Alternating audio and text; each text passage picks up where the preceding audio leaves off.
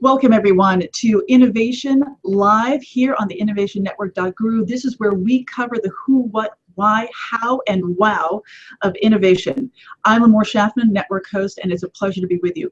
Joining us today is Lisa Nirell. She's the author of the award-winning book, The Mindful Marketer, How to Stay Present and Profitable in a Data-Driven World. She's Chief Energy Officer of EnergizeGrowth and has helped companies like Adobe, Microsoft, and Hilton to get fresh ideas on marketing strategy, leadership, and profitability, how to generate revenue. Lisa hosts the exclusive Marketing Leaders of DC peer group and other CMO communities around the world. She's also the author of EnergizeGrowth NOW, the marketing guide to a wealthy company, and is an ongoing contributor to the Huffington Post and Fast Company. Lisa, thank you so much for joining us. Good morning, Limor. So one of the things that I liked so much about your book is that you had real practicable advice about how to bring mindfulness into an organization. Before we dive into that, I wanted to get a sense of the context. What does it mean to be a mindful marketer, and why is it so important to bring that and embody that in a corporation and organization today? Well, I'll start with the why. So why is this topic so timely? And there are really three reasons that motivated me to write this book. And the first one was that I noticed that customers were buying differently. And you can see this by the sheer success of organizations like Wayfair and Amazon, but also in the business-to-business world, where we are seeing upwards of 70% of the overall purchase decision being completed before a corporate buyer is even willing to talk to a salesperson. So it's much more incumbent on people to have strong digital presence in order for a buyer to make their decision. So that's created a lot of new jobs and opportunities, which is really exciting. However, it's also forced marketers to think differently about how they approach and converse with their audiences. Number two is just the barrage of data and distractions. Look at the television networks. There are over 150 of them now, and yet people, families sit down at night and members of the family could be looking at completely different programs in parallel. And Deloitte just came out with a study this morning that 90% of the people watching television are multitasking. So this whole new set of distractions, which I call in my book the digital intrusion movement, is very troubling to me, especially since that's not how our brains are really wired to operate. And number three is the speed of and velocity of change that we're experiencing in our lives. And we see that in terms of how political movements start on Twitter. And we see it in the way in which new unexpected competitors can enter the fray that we never even imagined. I mean, did you think that the executives over at ABC or CBS ever imagined that Netflix would be one of their biggest competitors? They've been focusing a lot on the wrong competitors. So, you know, some of the things I'm saying are going to be contrary to what people believe these days, and I'm okay with that, because the purpose of the book was to really poke and provoke and get us to, instead of doing more, get people to start being more. So one of the things that, and we'll get into the beingness, I think that's just such an important, actually, no, let's talk right about that right now. What does being more mean in a marketing context, and actually very specifically as both a CMO as well as the people that need to execute on the marketing strategy within an organization? I don't really delineate between the CMOs and the CEOs, because all of them have to have the same purpose, which is to improve their customers' conditions. And so how can I improve my customer's condition if I have 17 goals, I have 18 meetings a day, I'm rushing from one thing to the next, I'm not really modeling the joy and improved outcomes that I want my customers to experience? So instead of jumping on the bandwagon and telling people they need to become experts in social media and understand the 1,800 or so tools available to marketers today. I'm saying, what about stepping back and creating empty space to really discover and manifest your own inner marketing guru, which to me is defined as that inner self and that inner wisdom that you bring to work every day that often gets suppressed by the busyness and expectations we allow our management teams to impose upon us. So it's to me very important that, and as I look at my marketing leaders of DC and my peer groups who are thriving, they are able to say no to the good and yes to the great and set priorities. And they're also very effective at creating that white space to be able to sit back and pause and reflect before making their next move, both in their marketing organizations and in their personal lives. So one of the things that I found really important and interesting in what you said, to extend the conversation that you just, the points you just made, is that before you know where you want to go, before you can decide that, you need to understand where you are. So that's very much a mindfulness kind of practice. So, but one of the things that happens is that companies, just like ourselves, because companies are reflections of the humans that are working within their walls or their virtual walls, we sometimes block the reality of where our situation is. So what is a way for companies to really become honest about where they are, and also then to create an integrated approach of where they want to go? Well, one thing I failed to do earlier is actually define what mindful marketing is. And to me, mindful marketing, as I define it, is non-judgmental awareness. So that half of that, it's easy for executives to do, which is to recognize, okay, here's what our P&L looks like, or here's how many customers we have, or here's a new market we want to pursue. The part that's challenging for most of us as humans is being non-judgmental about it. So one of the things I talk a lot about is, how do you practice acceptance of what is, of what the market dynamics are, so that you can make more informed choices going forward. And I've always been somewhat distrustful of authority figures. And I've always been one of those renegades that likes to work on things based on kind of the beat of my own drum.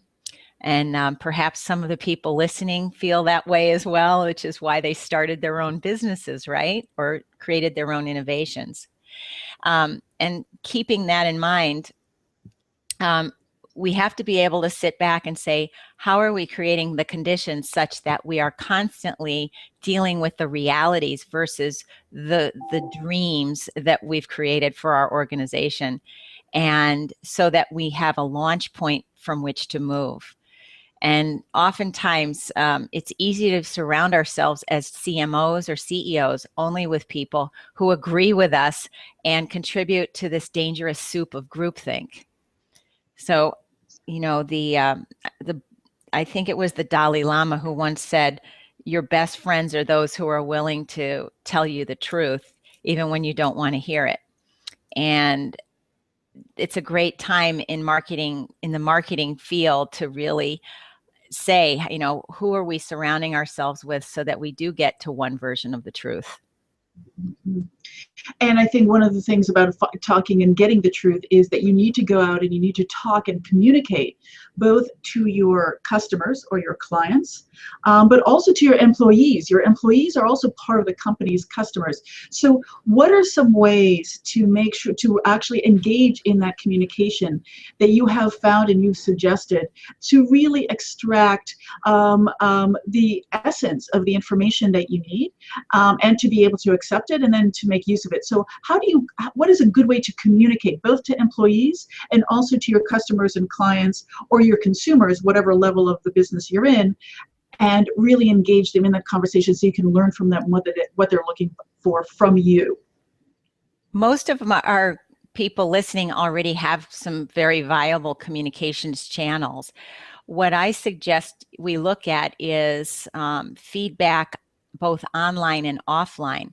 So as I look at my say, my marketing leaders of DC CMO peer group, the executives who've gotten the most recognition and gotten the most promotions in the group dedicate a certain percentage of their week to being either in front of customers or on the phone with customers.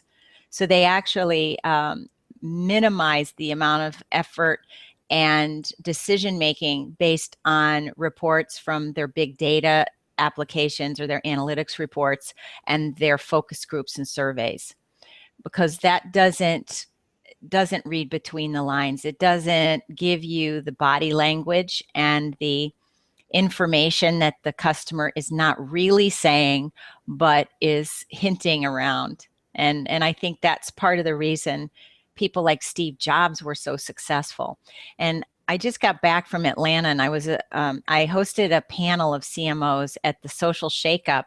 And one of my clients from Infor, who's the CMO of Infor, made a very profound statement. And he said, some of the best advice I can give the audience is that you continue to ask the question as you're making these decisions, what's in the best interest of the customer? And how can we continually improve their condition? So there are some fundamental questions your inner marketing guru already knows, but has somehow suppressed or forgotten to ask those questions. And do you think that now that is what consumers are expecting? Because I'm curious, what do you think consumers and customers are expecting today from companies, from marketers? And what should we be knowing about how we should approach them going forward? The first thing I would say is that marketers need to get rid of the word consumers from their vocabulary.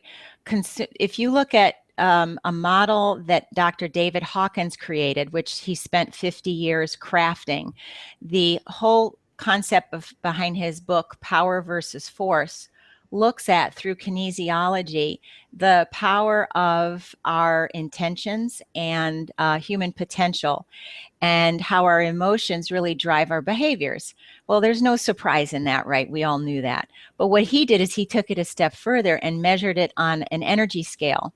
And he started, so I'm going to digress for a moment and then translate this into how we communicate with our customers. So there's a 0 to 1,000 scale that he uses. And in the 0 to 250 kilohertz level, words and emotions such as craving, desire, anger, fear, possession, those kinds of emotions keep human potential minimized, and it keeps us in this constant state of fear and worry and desire. But there are two moments that are really pivotal in a human being's evolution, and we all aspire to it. The first one is when a person's energy reaches 250 kilohertz, and that is when they make the conscious decision that they are responsible for their lives and and they stop blaming other people or their mother or, their lineage on their mishaps and their misfortune. But the other one, which is 500 kilohertz, is really pivotal, because that's when a person starts to experience unconditional love and acceptance for other people, and then starts to practice compassion. So what does this have to do with communicating with your customers? Well, think about overlaying that that human behavior, human emotion meter with how you communicate with your customers and your employees. If your message is all about, you need more of our products, you need to consume more, if you don't buy this anti-aging cream, you're going to be old, you're not going to be as beautiful as you can be. And all of these types of messages that we can see in the media only live in this area of low frequency, low energy. We're not doing much to advance human potential. However, if you talk about making people happy and creating better living conditions for people and giving them more discretionary time to have great living life experiences with their loved ones, then you're operating in a whole new realm. And so instead of calling them consumers, what if you just call them customers? Instead of pushing and promoting, what if you just guide and shepherd them towards the direction they want to go? I mean, even Progressive Insurance understood this 18 years ago when they were one of the first really good online websites that I saw in the world of personal lines insurance. And you might remember this if you were ever shopping for auto insurance back then, where they actually have I don't know if they still have it, but they had a way for you to go to their website and shop for the best offer, the best premiums for your automobile, even if you ended up choosing a competitor's insurance policy. So they were guiding and shepherding. They weren't pitching or pushing their products on you. And I really admired that about them. So they were operating in the realm of, appreciation and doing what's best for the customer, even if it meant pushing up, guiding them to one of their competitors' products. So how strong and courageous are you as a marketer to be able to do that kind of thing? And I think you put your finger on the question, because it does take courage, because right now everything that has ever been proven successful in advertising thus far is in fact fear-based. And so to be one of the first marketers that is going beyond that, to really care about the customer, is very difficult. And sometimes it's difficult to sell that within an organization.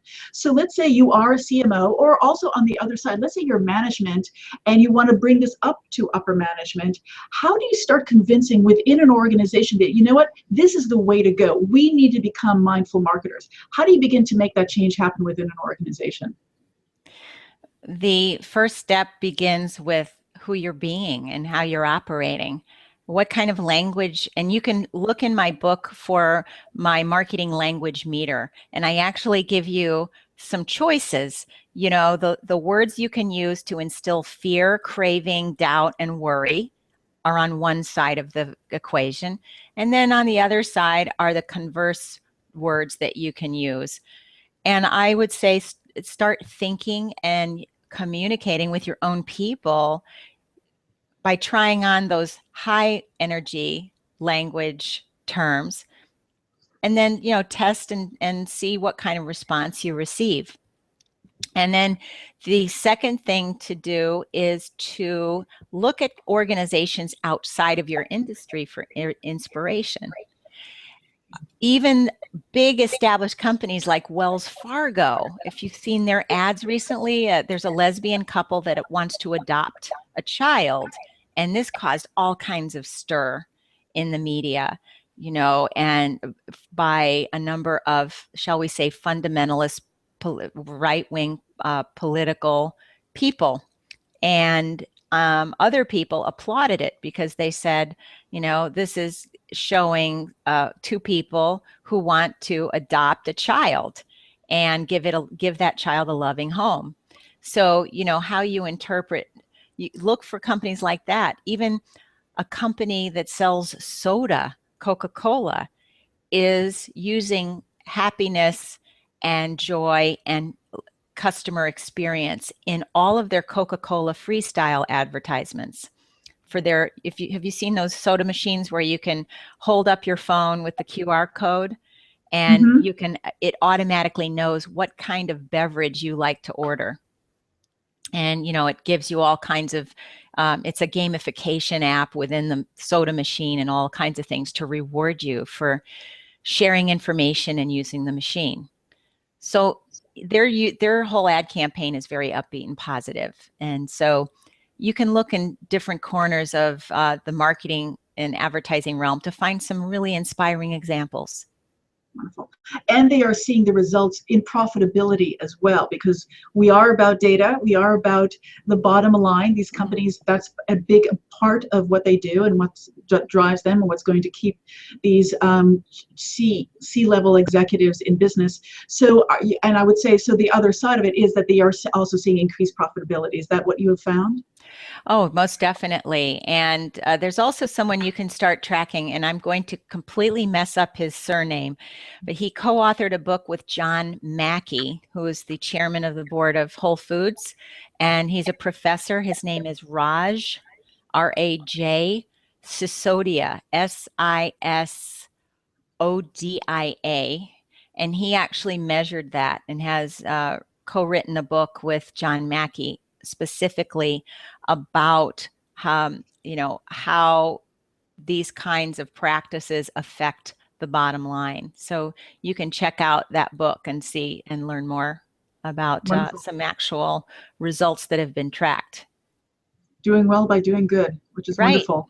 Exactly. So Lisa, so let's, we're coming close to the end of our time together, which I could go on forever asking you questions. This is fun. Yeah. Great.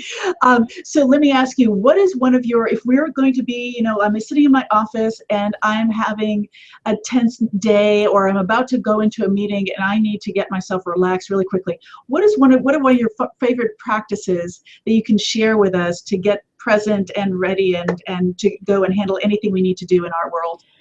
Well, if you'd like a more complete list, I invite people to visit, send me an email to lisa@EnergizeGrowth.com, and I can point you to a couple of articles I've published about this.